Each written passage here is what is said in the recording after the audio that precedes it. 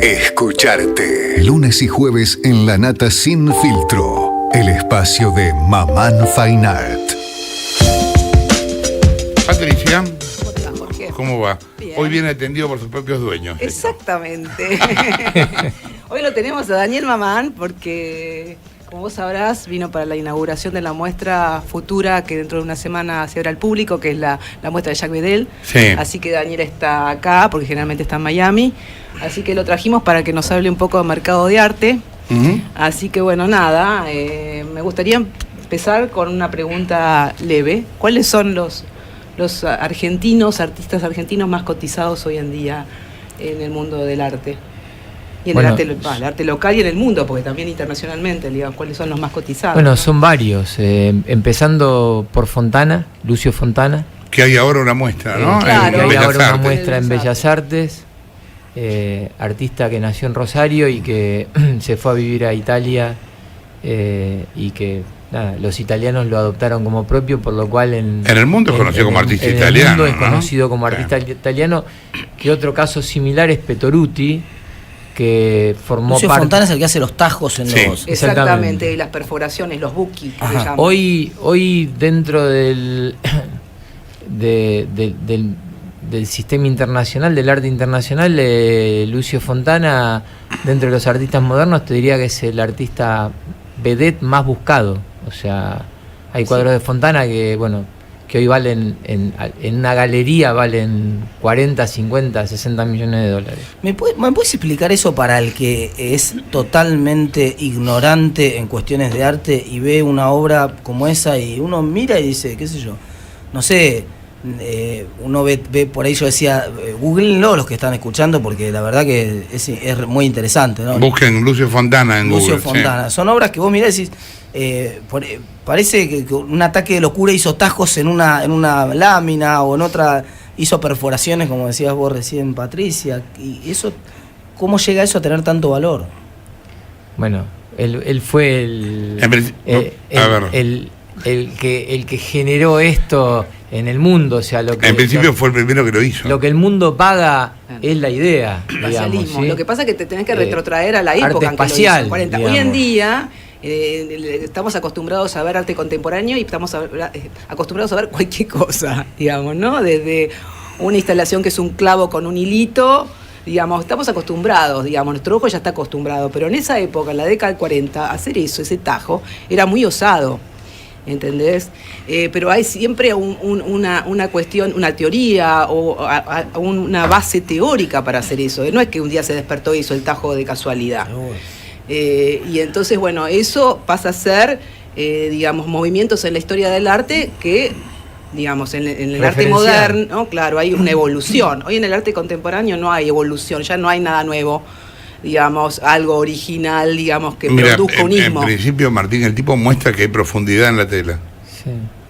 Pero aparte... No lo había mostrado nadie en 2000 años de pintura. Pero aparte, Jorge, está en... ¿Me entendés? O sea, es ese el valor de Fontana. Está en todos los museos del mundo, en la Tate, sí, en el MoMA, o sea, y realmente una historia es cuando uno lo ve en la computadora y otra historia es cuando uno se para frente a la obra, claro, y te tiemblan las piernas, digamos, ¿sí? Claro. El tipo fue un artista impresionante. Bueno, después lo tenemos también a Tomás Maldonado, que es otro artista que formó parte en algún momento de lo que fue el movimiento concreto Madí, que también se fue a Italia. Bueno, Antonio Berni, Emilio Petoruti. Perdóname, te hago agregados que para que Martín también... Sí. Cuando él habla de Madí, esto ya lo contamos acá, los Madí son los tipos que rompen el marco. Ajá. O sea que el marco deja de ser cuadrado. El marco tiene que ver con el dibujo que representa adentro. Entonces a veces el marco es una ventana, el marco ventana. Claro, marco ventana, está bien. Por eso son importantes los Madí, que es lo que él te decía. Y aparte Maldonado estuvo en la Bauhaus también. Sí, también. Claro. Y dentro de los Madí te podría nombrar a Loza, que se va del arte concreto y desarrolla el perceptismo, que lo desarrolla él, y genera la teoría estructural del color, que es una de las pocas teorías del color en el mundo, no solo en Latinoamérica, en la historia del arte. Cuitca también tenés a Cuitca, Berni, bueno, todo el grupo de la nueva figuración, Bueno, Noé de la Vega. Trepa también precios. Sí, hay obras de Cuitca que valen $1 millón de claro. pronto, sí. Nada, tenemos muchos artistas, pero como siempre digo, lo más barato que tiene Argentina hoy para exportar al mundo sigue siendo el arte, porque nuestro arte, comparando calidad-precio, es el más barato de Latinoamérica. Y hablando de todo esto, me gustaría contar una anécdota. Cuando Sotheby's y Christie's deciden hacer los primeros remates de arte latinoamericano, que eso fue allá por el año 79, que viéndolo a la distancia fue una gran equivocación porque pensaban que formaban otro mercado y lo que hicieron es autosegregarnos. En aquel momento se vendió en Sotheby's un cuadro de Petoruti que se llama El Quinteto, que es una obra de fines de los 20. Un quinteto que toca tango. Una pieza importante, grande. Petoruti, bueno, pintó al lado de Juan Gris, de Picasso, formó parte con los italianos del movimiento futurista, o sea, hizo un desarrollo impresionante. Pero bueno, esta pieza del Quinteto fue récord de subasta latinoamericana, se vendió en $319.000 y la compró un gran coleccionista argentino, el más grande de la historia, ¿sí? Que se llama Carlos Pedro Blaquier, un ejemplo de coleccionista. Y en ese mismo remate salió un cuadro de Frida Kahlo que se llama Diego y yo, Frida con Diego en la frente. El cuadro de Frida Kahlo se vendió en $30.600. Esto tiene que ver con el mercado. Eso en aquel momento, ¿no? Hoy es exactamente al revés. Claro.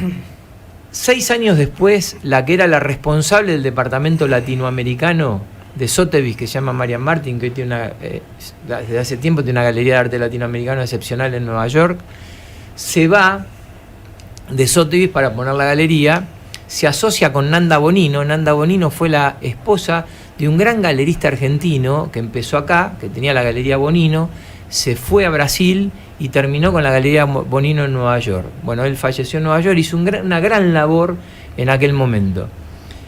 Compran el cuadro, que en ese momento ya se hablaba que el Frida Kahlo salía con base de $1 millón.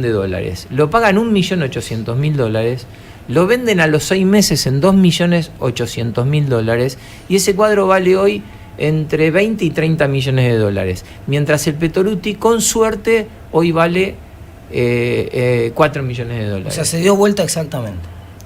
O sea, 10-1 era a favor del arte es. latinoamericano, Sí. de Petoruti Petoruti en particular. Sí, pero dentro del arte ahora no es 10-1. Ahora el cuadro vale 30 millones de dólares, ahora es 1.000-1. Bueno, pero eso también tiene que ver con una Eso política. tiene que ver con el tema de el crecimiento económico de México, con mil cosas que pasaron en la vida de Frida Kahlo, qué sé yo, por ejemplo la película de Madonna. Frida Kahlo se convirtió en una artista internacional que la busca en un ícono mundial. Claro. Bueno, el coleccionismo mexicano también es muy importante. Los propios mexicanos compraban. Levinas dice una cosa unas pocas cosas sensatas que dice Levinas, que es que la pintura de un país vale lo que vale el país. Absolutamente. Y es así. Si nosotros, cuando vos lo ves en los mercados internacionales, es así. Nosotros necesitamos, ¿sí?, generar un mercado, pero no solo un mercado del arte. Argentina necesita todo, generar un mercado en todo. O sea, cuando vos ponés al arte no lo podés abstraer de lo que le pasa a nuestro país. Y nuestro país hace mucho que dejó de tener mercado. Lamentablemente, digamos. Porque el mercado significa aceptar primero la competencia. Yo me pregunto, ¿aceptamos la competencia? Yo creo que no. O sea, yo digo, cuando uno ve una persona que hace mejor las cosas que otro, lo que tiene que hacer es aprender. No ponerse malo o envidioso porque el otro sabe más que uno, digamos, ¿sí? Y hay que trabajar en conjunto, como hacen los brasileños. ¿Cómo hicieron los brasileños para generar un mercado impresionante hacia adentro y hacia afuera? Uniéndose. Te hablo de las artes plásticas, pero también en cuanto al desarrollo de las industrias culturales, esa famosa palabrita industrias culturales, que significa posicionamiento de marca país, ¿sí?, ingreso de divisas y fuentes de trabajo, que también es una cosa que nosotros necesitamos, ¿sí? Entonces, para eso también hace falta una ley de mecenazgo que espero que este año el Congreso la saque por primera vez a nivel nacional en la historia de este país, digamos, ¿no? Entonces necesitamos galerías. Eso traducimos al castellano, es que las empresas puedan hacer compras de obras y se descuenten que de las impuestos, empresas puedan generar proyectos, puedan ayudar a desarrollar al país, puedan generar un montón de cosas y que parte de eso se desgrave de impuestos, como pasa en en todos los países, digamos, ¿sí? Pasó en España, que también ayudó al gran desarrollo de España en el mundo. Jessica. Sí, también desde el desconocimiento, ¿cómo es el circuito de comercialización del arte acá y en el mundo? Si tuvieras que hacer una radiografía, y si las obras de mayor valor son siempre en subastas. No, lo de la subasta no tiene nada que ver. Las obras en general, hay que hablar de las galerías. El sistema de las subastas ha hecho olvidar, o en principio no ha hecho olvidar nada, pero la gente habla de las subastas. No, las subastas es algo más, digamos, pero los verdaderos precios están en las galerías, no están en las subastas. En las subastas puede pasar que de pronto un cuadro sale 4 veces más caro de lo que vale o sale 10 veces menos de lo que vale. Ese no es el valor, ni cuando sale más barato ni cuando sale más caro. Los cuadros en un mercado serio tienen un valor. Digamos, si vos querés comprar una pieza de Picasso, puede valer 10% más, 10% menos, misma calidad, misma época, en China, en Rusia, en Estados Unidos o en Alemania. No puede haber valores, misma calidad, misma época, misma medida, de 300%, 400%. Y después pasa también cómo se desarrolla un artista. La labor de la galería es fundamental. Es fundamental. Yo digo, en la Argentina a veces nos peleamos para ver quién compra más barato. En Brasil se pelean para ver quién compra más caro. ¿Entienden? Entonces no podés desarrollar un mercado, ¿no?, tratando de pasar por encima de las galerías, yendo al artista que está muriendo de hambre para tratar de comprarle más barato todavía. Hay todo un sistema perverso que tenemos que modificarlo, ¿no? Pero la labor de las galerías es fundamental, y a través de las galerías después viene que la galería haga un gran trabajo con el artista, y que eso a su vez se traduzca en muestras, en museos, en ferias. ¿Es común que las galerías banquen a los artistas? Lamentablemente en nuestro país no, o sea, bueno, hay muy pocas galerías, me parece. La labor también, que es una lástima, digamos, porque en realidad para hacer una buena labor la galería debería tener que bancar a los artistas, pues si no los artistas a veces no tienen ni para comer, ni para comprar materiales, ni para nada. Entonces nosotros hemos hecho una labor enorme en estos últimos 20 años.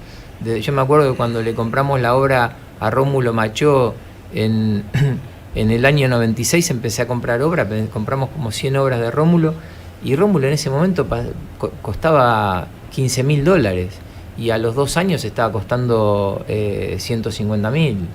Y eso pasó con Bastón Díaz, que es un gran escultor, que cuando yo lo tomé costaba $2.000, y al poco, no sé, hoy vale entre 30 y... Bueno, ese es el laburo de la galería, es posicionarlo al tipo galería, y... Exactamente. Claro. Posicionarlo a nivel internacional también, y después que el mercado también te crea, ¿sí? Y cuidar y asesorar. La palabra asesorar es muy importante, porque uno no puede pretender que el cliente te compre siempre a vos, porque puede pasar por otro lado donde le gusta una pieza y el cliente viene y te pregunta, mira, vi tal cosa, y si es buena vos le tenés que decir comprarla, si no es buena le tenés que decir no la compres, pero si es buena no le podés decir no la compres.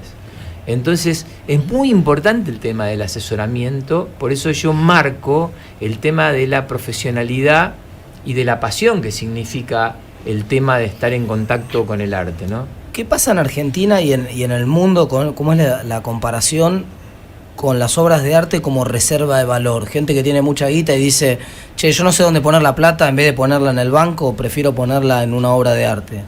Pero es que si vos te fijás, y vos que sos economista lo podés ver claramente, en los últimos 35 años, ¿sí?, 40 años, el arte es lo que más ha dado y ha rendido en cuanto a inversión, por encima de las acciones, por encima de todo lo que se te ocurra, de la tasa, de todo lo que se te ocurra, el arte es lo que más ha rendido. Pero estás hablando en cantidades altas de... No, estoy hablando también en cantidades altas y en cantidades bajas. Mirá, pero me estás hablando de obras carísimas o de obras normales. No, a ver, en principio fueron normales. O sea, Van Gogh cuando vivía no podía... Estás hablando a nivel internacional. No, puedo hablar también a nivel local. Pero digo, Van Gogh cuando vivía no podía vender un cuadro en un dólar. En un dólar no podía vender un cuadro. Yo cuando empecé hace 40 años en esto, fui una de las personas que a través de estos años le ha vendido más obra a Ennio Iommi. Yo tenía una... Ennio Iommi búsquenlo en Google, Iommi es I-O-M-M-I, para mí son los mejores escultores argentinos. Un grande. Un monstruo, una cosa impresionante. Entonces, también fue fundador del movimiento concreto Ennio. Falleció hace 2 años y pico. Teníamos una relación de amistad y de cariño enorme. Cuando yo empecé vendiendo la obra de Ennio, una pieza del 45, 46, el movimiento concreto se funda en el año 45, una pieza de la primera época, yo la vendía a $500. Hoy una pieza de esas características... Está bien, sí, claro, se le ve 30, 40 lucas o más. No, más. Es importante, vale $250.000. Sí, está bien, una obra grande. 250, $300.000 sí, están vendiendo. Entonces, vos me preguntás, en 30 años, 35 años, $500 a $300.000... Hay un montón de cosas que él está dando por supuesta porque se dedica a eso, pero que es importante a la hora de comprar un cuadro, ver la época, por ejemplo, de la cual el cuadro es. La técnica... Cuanto más reciente sea el cuadro, más barato va a ser. Y más si el tipo está vivo. Pero hay una época en la cual el tipo tuvo su mejor producción. Y después eso fue variable. Es muy importante. Eso es importante. Otra cosa, hablemos de tips que son gansos para vos, pero para la gente que no conoce, no. Los cuadros se miran adelante, pero también se miran atrás. Sí. ¿Por qué? Porque atrás está lo que se llama la provenance del cuadro. Están las galerías en las cuales estuvo exhibido. La trazabilidad, digamos. Claro, la trazabilidad del cuadro. Un cuadro en teoría es súper trazable. Claro. Súper trazable. Él te puede decir de cualquier cuadro que tenga quiénes fueron los últimos 10 dueños en los últimos 30 años. En qué lugares estuvo reproducido, en qué exposición, en qué muestra, todo eso ayuda. Y eso le da valor también al... obvio, eso es el valor. Eso es el valor. Nosotros ahora, por ejemplo, para Arteba, estamos volviendo a Arteba después de varios años de no participar, casi 8 creo, y estoy trayendo obra de la Galería de Estados Unidos y estamos trayendo obra que realmente es obra de museo. Estuvo en el museo. Estamos trayendo un cuadro de León Ferrari, que es una de las 7 únicas piezas que él hizo en la década de 60, 62 en realidad, una tabla que estuvo expuesta en el MoMA, en el Reina Sofía, en la Fundación Camargo, que está reproducida en el catálogo a todo página eso entera. hace el valor de cuadros. ¿Por qué no hacen una obra que sea las obras dadas vueltas, digamos? Que uno vea la parte de atrás. Podría estar bueno, ¿no? No, eso forma parte del valor agregado, como dice Jorge. A ver, una pieza de la colección Rockefeller no vale lo mismo que una pieza de la colección Piripipí, ¿entendés? O sea, tiene ese valor agregado, como dice Jorge, es muy importante. Por eso, y también lo que es muy importante es, y que yo siempre recomiendo cuando me preguntan, es que uno se enamore de la pieza, porque uno convive con la obra. Entonces, si la obra no te gusta, al segundo día la querés tirar por el balcón. Primer cosa fundamental es que vos te enamores de la pieza. Segunda cuestión es tratar de comprar la mejor época, la mejor calidad, y tercera en el mejor valor posible, digamos, ¿sí? Pero si no estás enamorado de la pieza, pierde el encanto, digamos. ¿Qué haces? La metés en el placar, por más que sea una inversión, sí, la metés en el placar, como de pronto metés los bonos en la caja de seguridad. Que decir cuánta gente compra arte en función de inversión, ¿qué % sería el total del mercado local? En el mercado local te diría que debe haber un 50 y un 50, más o menos.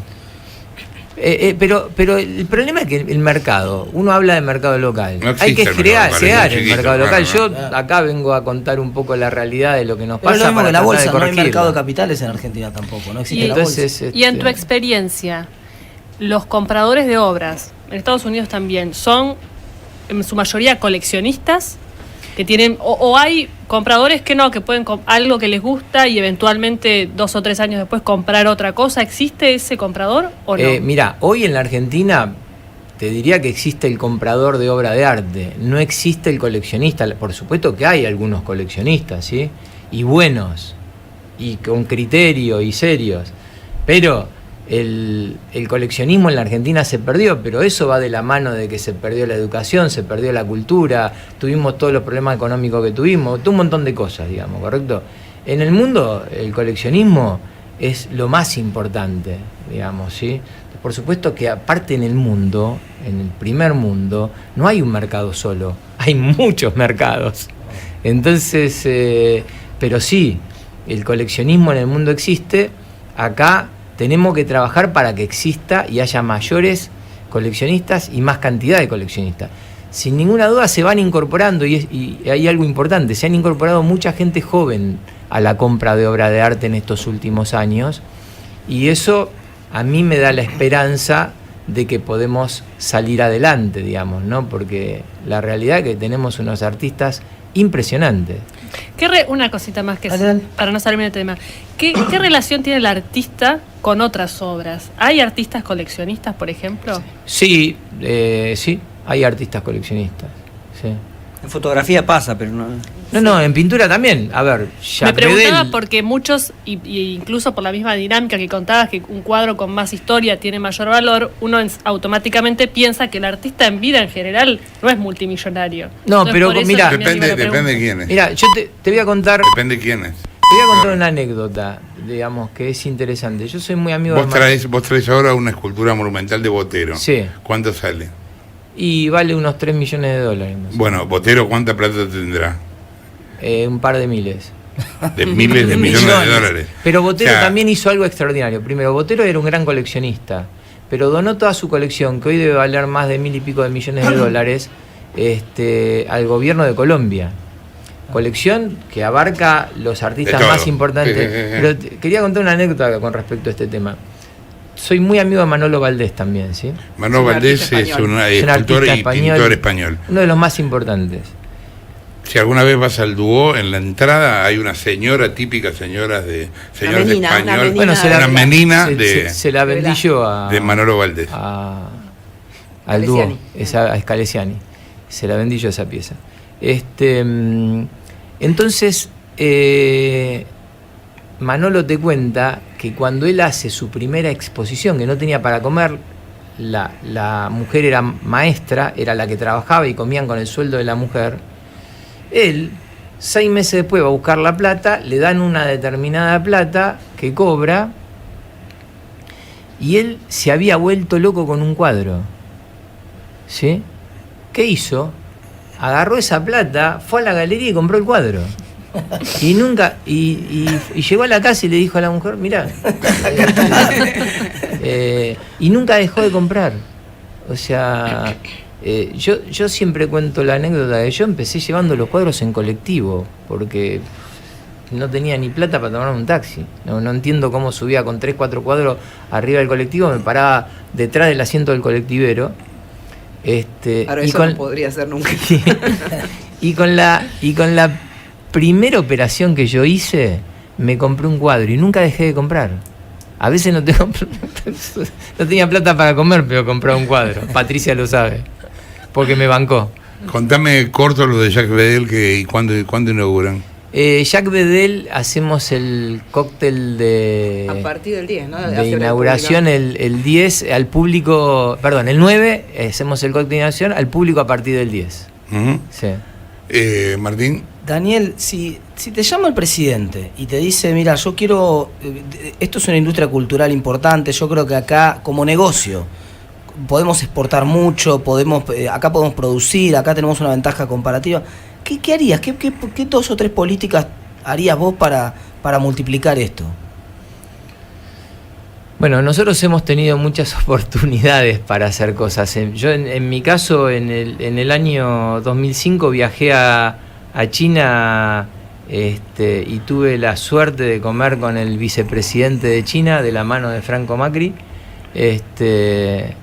En ese momento Scioli era vicepresidente de la Nación, éramos 10 personas comiendo en el Palacio del Pueblo con el vicepresidente de China, y cuando me tocó la presentación a mí, que fui el último, yo le sugerí a él hacer el año cultural argentino en China. Ellos estaban haciendo el año cultural ruso en China. Entonces el tipo se volvió loco. Bueno, vine acá, hice una conferencia de prensa con Scioli, con Nun, el presidente Kirchner con Alberto Fernández me firmaba una carta como que yo y Franco íbamos a ser los que íbamos a llevar este proyecto adelante. Bueno, ese proyecto no se pudo llevar adelante nunca y perdimos una gran oportunidad. Hay muchas oportunidades para hacer.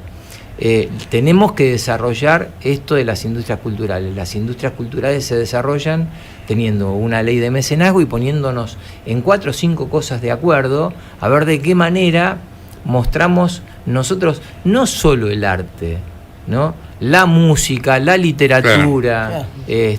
Mirá Brasil. Brasil no es famoso por la samba solamente, pero cuando salieron con la samba implicó muchas cosas.